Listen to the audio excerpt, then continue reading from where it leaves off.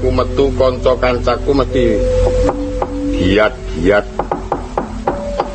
Tabuhane iso seru kabeh. Dasar bocahe sik nom-nom tur ya bagus-bagus. Parangganane ya ayu-ayu tur remaja-remaja.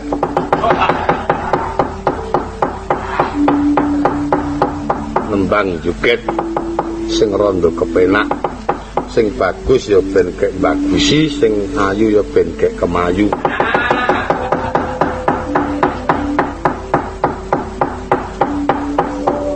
Tembangane sing rada kepenak, mongko angger aku njaluk kanca-kanca mesti ngenehi. Kene obo kanca-kanca terus kemandan. Kene dul saut ngono ae. Kaya nek esuk kangger kene lungcek ngono terus dilingi-lingi. Ngomong sak imit.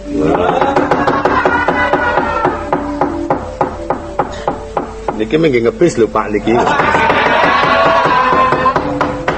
Ada sing wis cok ngono kuwi. Aku rumangsa dingat-ngete mau ya karo wong sing mengagekane bis-bisan.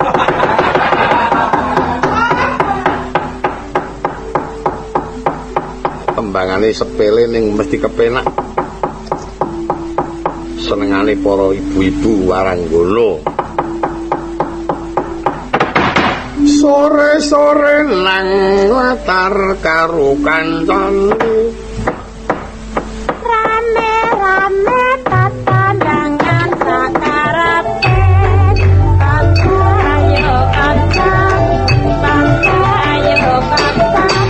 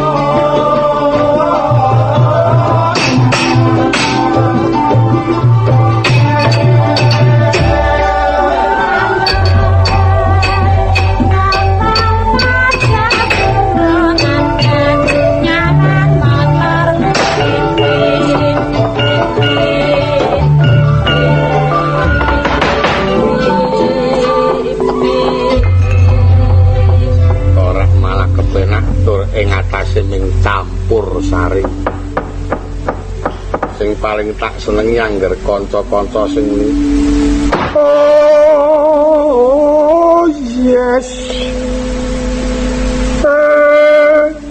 ini member lha karo lera oh yes mambu ketok kaya serem. Nek nembang ijen ngene iki kaya ora kepenak rasane ngatiku becik tak ngundang garing sing rada akeh dolanane nek garing iki dasare pengalaman-pengalaman kuno. Pengalaman kuno iki dolanane mesti bangsa sing kuno-kuno. Reng, apa? Kowe iki kusak-kusuk nang ngono iki apa? Ora ngrasake agek bakari telo iki. Boy syukur panen oke ming loro laku nyolong iki gue kena karo wong karo gulungan beler kok lemu sergepe ora jamak mrene dolanan sing kepenak. Lumbung desa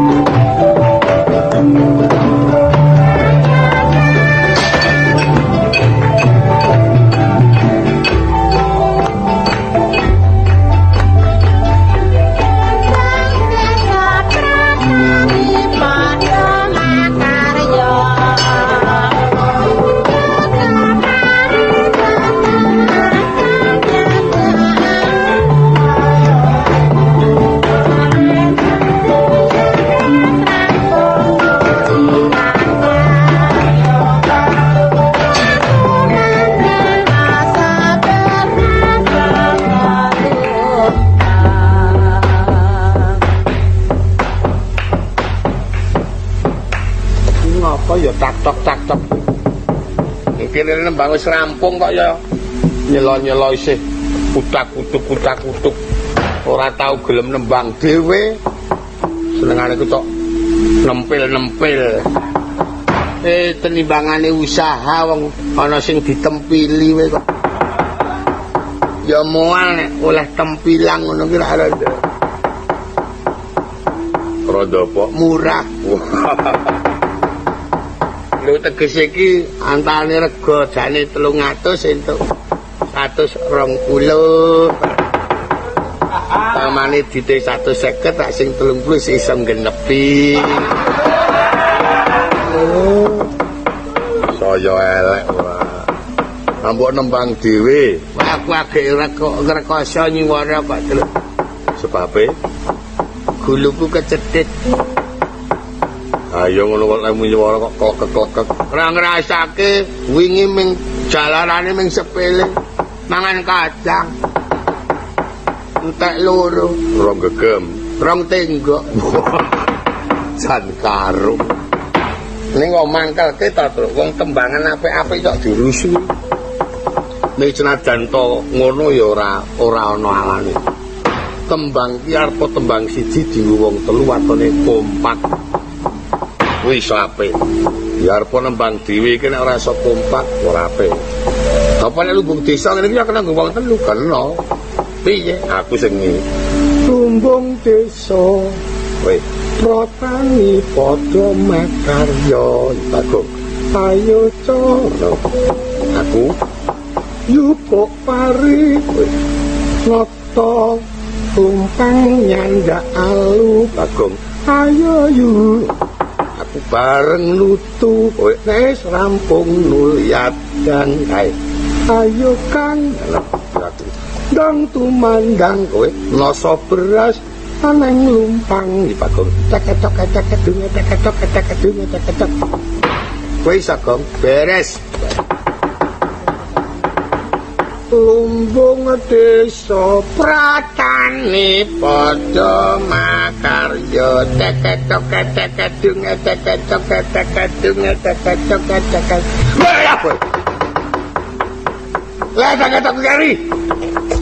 Lihat tek-tok kari. Oh iya ya. Nata dhisik njuk agek etek-etek ya.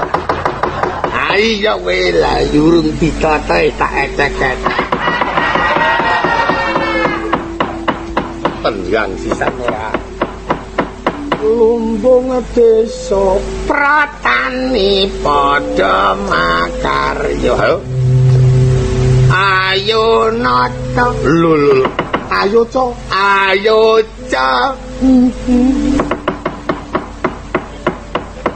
Yuko pari nata langsung nyandak alu.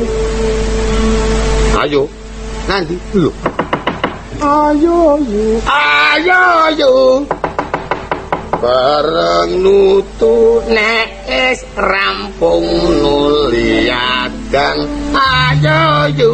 Ayo Kang, Kakang lunga. Ming mun ayo Kang wajan dosa. Dang tumandang nosok beras neng lumpang. Tak etek-etek iya.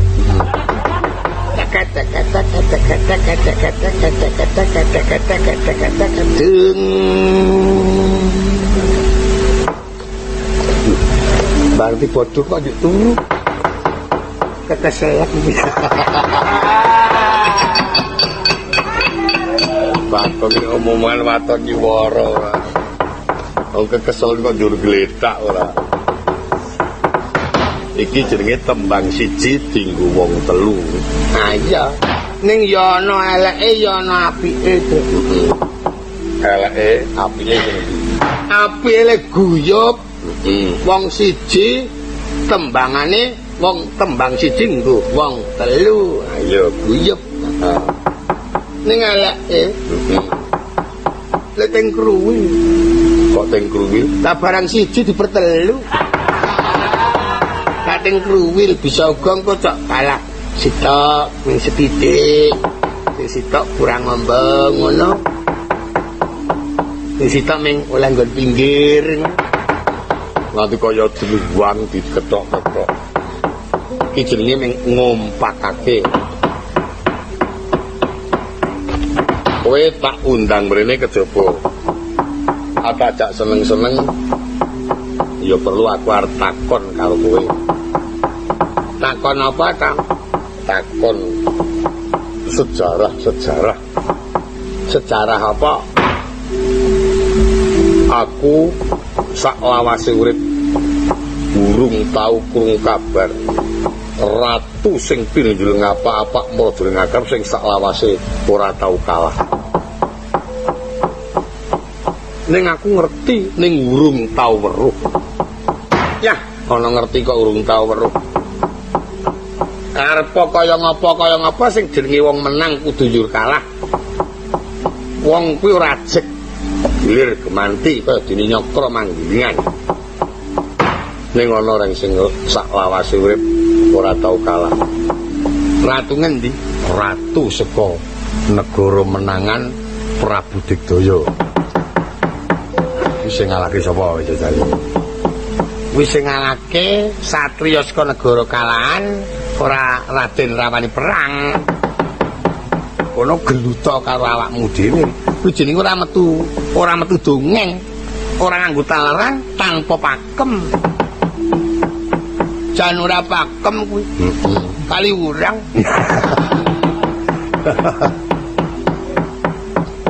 Ane pancen kowe ngaku ratu sing kira-kira ana tak goleke tanding. Aku wong pinter. Padahal aku takonono. Tak ngaku sing wong Digdaya. Ratu saka negara Nusa Kambangan. Aku Prabu Bebek Rawa. Sapa tandinge? Kuwi wis metu kalen kok terus. Nek Nusa Kambangan ki dudu Bebek Rawa. Tandinge sapa? Tandinge satya saka negara Kandangan Raden Entakesuma. Entakesuma. Lanjut kae. Aku wedok aku. Bojone Kang Mas Entakesuma aku Dewi Blengurwati. Wong telu nosor kabeh. Ha iki lakon sejarah laire Dewi apa Raden Brati Kesuma kae. Brati. Ning aku umpama milih dadi ratu sing Digdaya. Ana ren, sapa? Ratu Ngalengkondiraja. Prabu Dasamuka. Digdaya sejarah. Dasamuka kuwi biyen Maespati kalah Ngayuja Pala kalah. Sapa tandinge? Kuwi rak jaman Untarakanda. Ning anggere mlebu nang Kaleman Untarayana kalahe malah sepele ning ya karo turun Ngayuja. Raden Regawa sing wasani prajurit kethek jaman Prabu Rama kae. Lho, Dasamuka ki diadi Pancasona lho Ra Sembrono. Bener, ning dilepasi senjata Gawa Bumi terus dangkatke Gunung Sumawana diblekke karo Dasamuka kuwi ora mati ora bener. Ning dilepasi senjata Gawa Bumi terus dangkatke Gunung Sumawana diblekke karo Dasamuka kuwi ora mati ora urip ngono.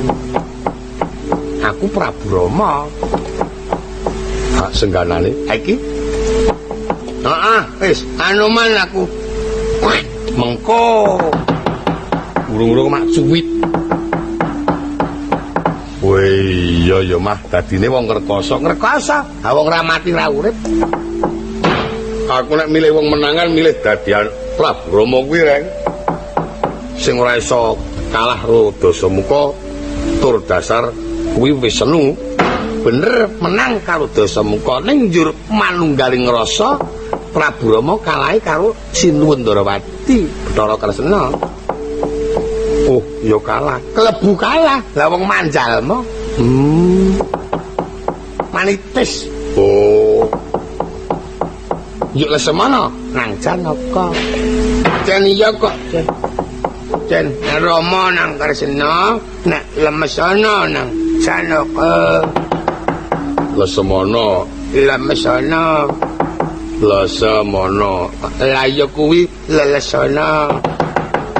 Muni ngono ora iso. Bela kok ya sida-sida kalah. Aku dadi Kresna. Duwe aji 12.000 kaya sapa sing ngalahke? Kalahe karo Ndara Janaka. Yah, krupine kok kerengang. Lho jaman nyolong putri Kumbina sing nyekel sapa? Ndara Janaka. Ana ucap-ucap tembangan kembang ngepring, Narayana mlebu maling putri, kecekel Bambang Permadi, ngono kae ta? Oh iya. Loro tembange, Tru. Sing sita rak kembang ngepring, kang gareng nyolong piring, nyolong siji konangan Bambang Polisi. Siapa? Karangane duwer ku ora. Dadi malah kalah karo Ndara Janaka. Kalah. Aku tak dadi Janaka ya. Nek Janaka kuwi sing ngalahke kiyaine. Lho. Terus Semar ki gelut. Lho ora gelut ning kesiku jaman ngidoni kuncunge bapak. Yuk lara, bapak dadi pendhita manuk jenenge Begawan Dandang Putih kae. Bareng wis mari ditambani kiyaine yuk asra keluputan sajegi urip aku ora wani karo kowe ngono kae. Wela iya. Dadi Semar aku ora ana sing ngalahke. Wah, judeg iki nek Semar ki sing ngalahke sapa? Semar kuwi kalahe malah karo uler. Ora ngandel jajali wonge moga-moga sanding ana uler mlayu ro nangis. Arep agek madang ya ditinggal segane nglinting udut ya tinggal udute mergo gila. Kok masing menangan kok njuk uler ya. Dadi uler aku.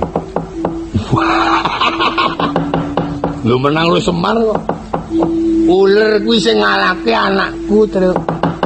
Wong nek ana uler kae yo cok didak nyiwa mak plek ngono kae seneng anakku. Masa Indonesia kok sing menangan anake Bagong. Dadi anakmu aku. Kowe mungsuhe aku.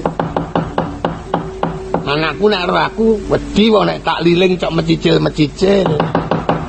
Ora ngandel aku wong lakon pirang-pirang ngepakem kok sing menangan kari dhewe Bagong. Wong Bagong kok digugu wae. Wis tak kandhake uripe manungsa kuwi ora ajeg gilir kemanti apa meneh pakem mau ana menang ya ana kalah, ana sugih ana miskin, ana gedhe ana cilik ngono kuwi ora bakal mukal. Kanggo nglipur pikir, ayo saiki do seneng-seneng kowe kalah. Tembangan jogetan sing murwat lan kira-kira cocok karo kahanan iki. Oh ya. Ning ya sak isaku. Ayo. gamelan apik, kanca-kanca apik-apik apa ora seneng. Ya. Mongko warangganane ya pinter-pinter. Mondo mutuk. Isih perawan, duwe anak. Kuwi ndek anak. Wes. Saiki golek sinden perawan nangel kok, Tru. Ake iso, ya Mas, ngono tubruk wong. Rek-rekane Bagong ora. Temenanan. Wis saiki kowe njuk kita lembangun sing apik. Ning nang Slendra ya. Gendingane sepele ning Nyamleng. Iya Bapak kunjing mir. Pramuda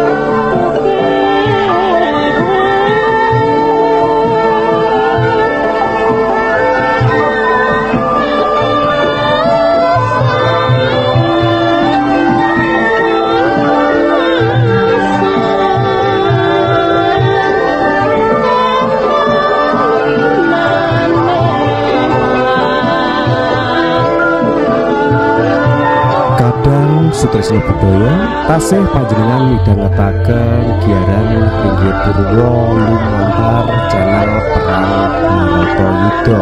Ampun kesupen like lan subscribe-nipun ingkang kersa badhe nyawer sumangga.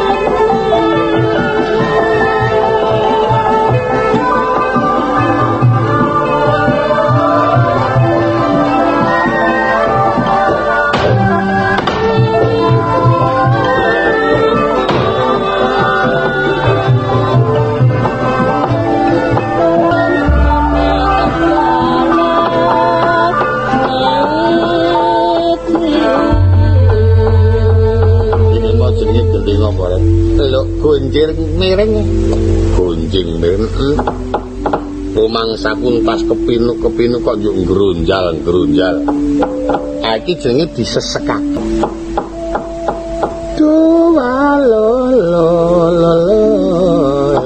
Ngono kuwi ping pindho, terus tutuane kenong nyolong. Banteme ngopo? Nyolong kenong tutukane ora kok kae nyolong kenong. Njur digerongi to. Mitereng sayang angon lalanan jajana-jari supir montor mabur aku sir sing gedhe dhuwur supir montor abang sing tak esir wonge kemang supir montor biru aku sir supir montor ijo aku esir duwe bojo werna-werna supir montor kilat sing tak esir wonge minggat supir montor tangki aku esir nek saiki supir montor tabrak mongko njuk montore kelumah rodane muyir supire sirahe peyok aku sir neng rumah sakit ngoperasi lambemu wong montor tabrakan kok domongake jenenge Bagong iki cok senengane cok nyelewengke ngono. Lah witekno supir apa-apa kok dipilih, disir. Iki jenenge gending gunjing miring. Mengkono aku tak njaluk dolanan. Dolanan apa to? Ninti ngopi lebem ora ketan ming sedhi. Areng ngejak dolanan apa? Lebem ya apik. Sakarmu watone aku seneng sing bisa cocok kowe seneng aku seneng ya tak tintingke sing apik ya jenenge dolan apa numpak perahu layar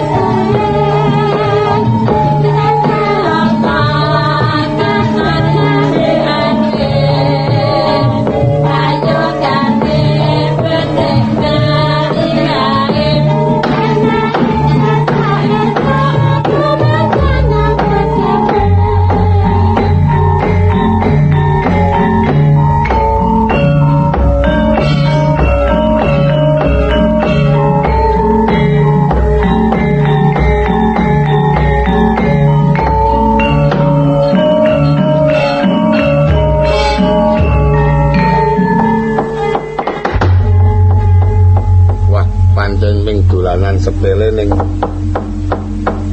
apik ayo saya kene dikompakake dinggo wong telu aning Bagong ya goblok pinter naming perahu layar ya kanca neng kisik gembira alira-lira banyune segara Akiyak numpak prau layar ing dina Minggu pariwisata. Alon praune wis nengah, piyak-piyak banyune pinelah, ora cemu-cemu karo mesem guyu ngilangake rasa lungkrah lesu. Adik jawil Mas jebul wis sore witing kelapa salugune wong wanita dasar nyata kula sampun jajah praja ing Ayodya Surandower. Ya apa menungso kok ngono. Awak nunggang perahu layar kok tekan Surakarta. Wis landek puno beres. Ora piye jan. Adik jawil Mas jebul wis sore prayogane becik bali wae dene sesuk-esuk bebarengan nyambut gawe ora kok. Adik jawil Mas jebul wis sore. Witing kelapa katon ngawe-awe ngono. Sak lugune wong wanita Bagong duwer. Kok ngono kok dinggo ora.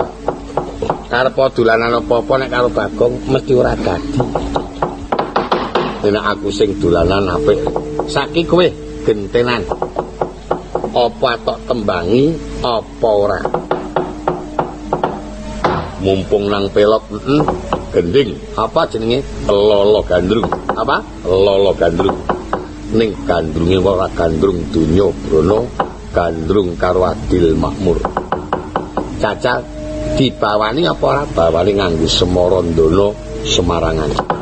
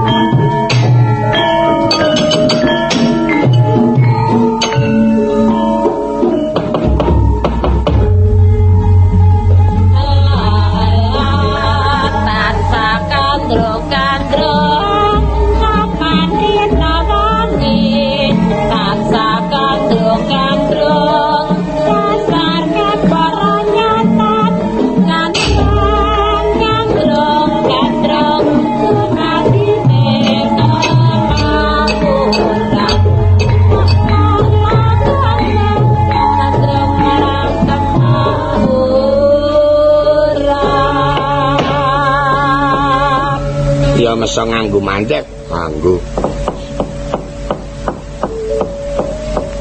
Rina pantat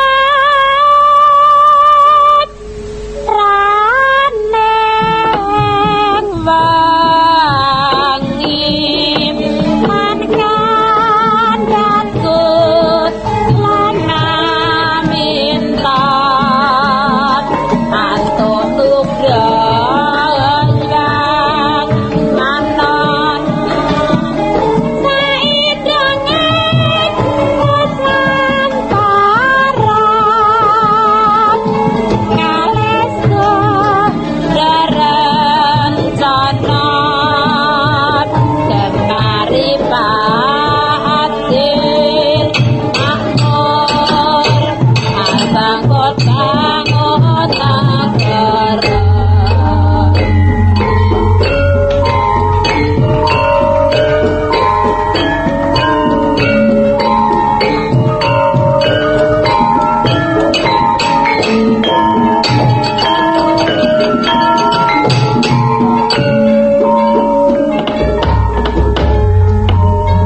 Allah tansah kandro-kandro papan dina wangi tansah kandro-kandro rasane para nyata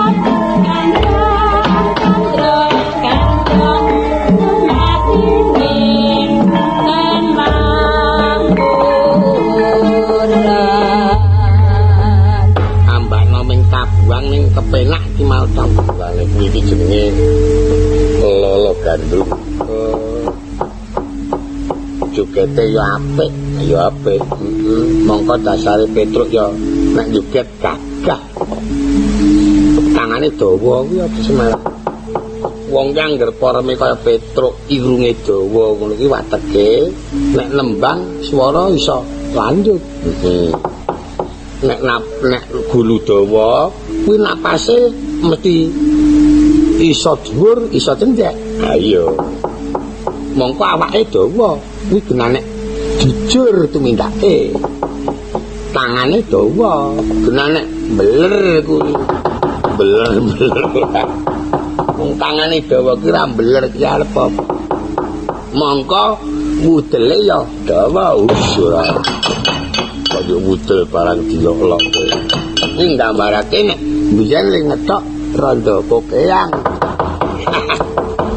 Kowe urung karuan iso padha karo Petruk, Bos. Jajal saiki ndinga. Nek nyata iso kaya Petruk sing apik. Pelok Bos Slendro. Slendro ya arep pelok ya arep. Nek Slendro mumpung nek pelok mumpung iki pelok bem sisan le nabuh. Kopi susu ming 50 kok.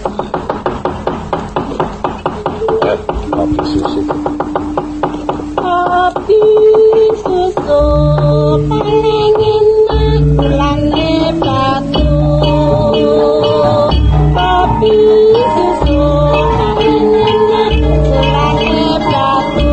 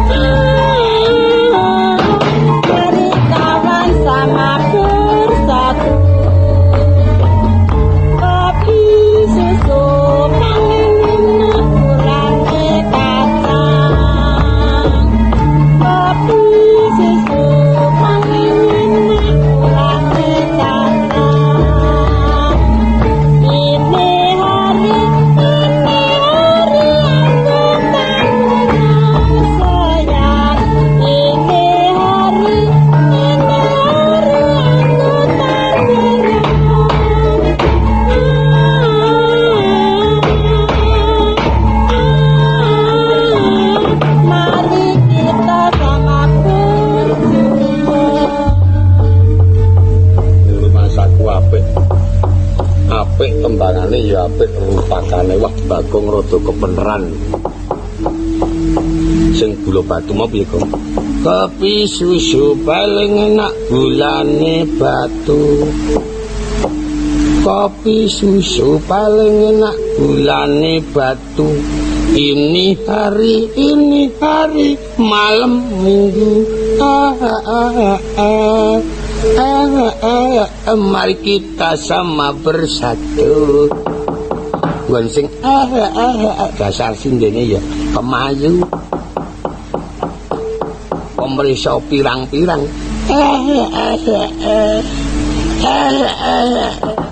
Mari kita sama bersatu. Gaya sing gula kacang. Kopi susu paling enak gulane kacang. Ini hari angkatan perang. Mari kita sama berjuang. Api-api. Kopi susu paling enak gulane perang. Ini hari angkatan kacang. Balik. Mari kita sama sama orang ngerti kok. Kopi susu paling enak gulane Jawa. Iki apa? Nusa bangsa utawa njunjung karo Pancasila. Iya, iki apa iki? Kopi susu paling enak gulane Jawa. Sutar-sutir wedang bubuk gula Jawa. Tenan kanggo buta Pancasila mesti nusa bangsa. Pikire mabuk di bojo tuwa. Saenake dhewe ora. Engko ngono kok. Sing akon di bojo tuwa sapa? Di bojo tuwa kok mabuk. Ora kare-kare Bagong kuwi. Mulane Bagong cok kerep lunga dhewe ngono kok padane. Bojone Bagong wis tuwa. Ora gemati ae. Sekarang mana aku arep ngesir anake mah kleru biangne. Reko-reko wae ora. Mengkotono garing Petruk Bagong. Kowe aja padha geguyon marata enggal mrene. Ayo sowan Kanjeng Yang Begawan Abiyasa. Kagaring apa? Ndoro Abimanyu wis sowan ana pertapan kowe karaku dingendikani supaya nderek.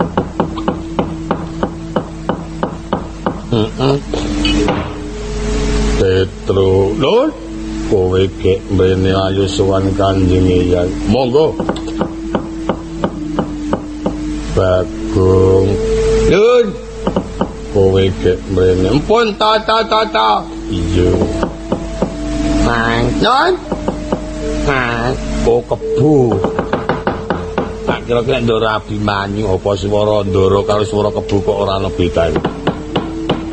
Ayo enggal padha sumadya tata-tata ngadhep Sang Wiku Kanggare. Ya. Ya ming welingku wae karo Bagong karo kowe sing ati-ati. Muga-muga mengko tekan kono awake dhewe terus banjur nampa pangandikane Sang Tapa. Nali ya aja lali sowan Penembahan Abiyasa ora kena padha sembrono. Kudu sungkem marang Ibu Pertiwi.